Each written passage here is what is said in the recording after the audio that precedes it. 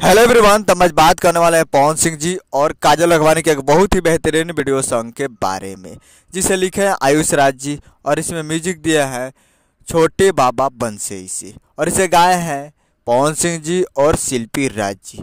और इस वीडियो में है पवन सिंह जी और काजल अगवानी जी। तो बहुत ही बेहतरीन वीडियो सॉन्ग है जो कि आपको स्क्रीन के ऊपर दिखाई दे रहा है, जिस सॉन्ग का टाइटल रखा गया है नशीली, जो कि बहुत ही बेहतरीन वीडियो सॉन्ग है और ये कमिंग सून है और बहुत ही जल्द आप लोगों को देखने को मिलेगा। ये Pawan Singh official YouTube channel पे, क्या Pawan Singh official YouTube channel पे भोजपुरी लोकगीत नशीली आप लोगों को देखने को मिलेगा। कमिंग सून है और बहुत ही जल्द आप लोगों को पवन सिंह ऑफिशियल पे ये फुल वीडियो सॉन्ग रिलीज किया जाएगा।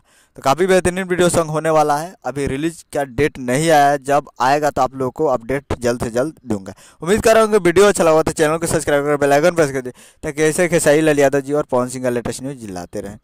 मिलते हैं अगले वीडियो में, तब तक के लिए जय हिंद, जय भोजपुरी, जाइए और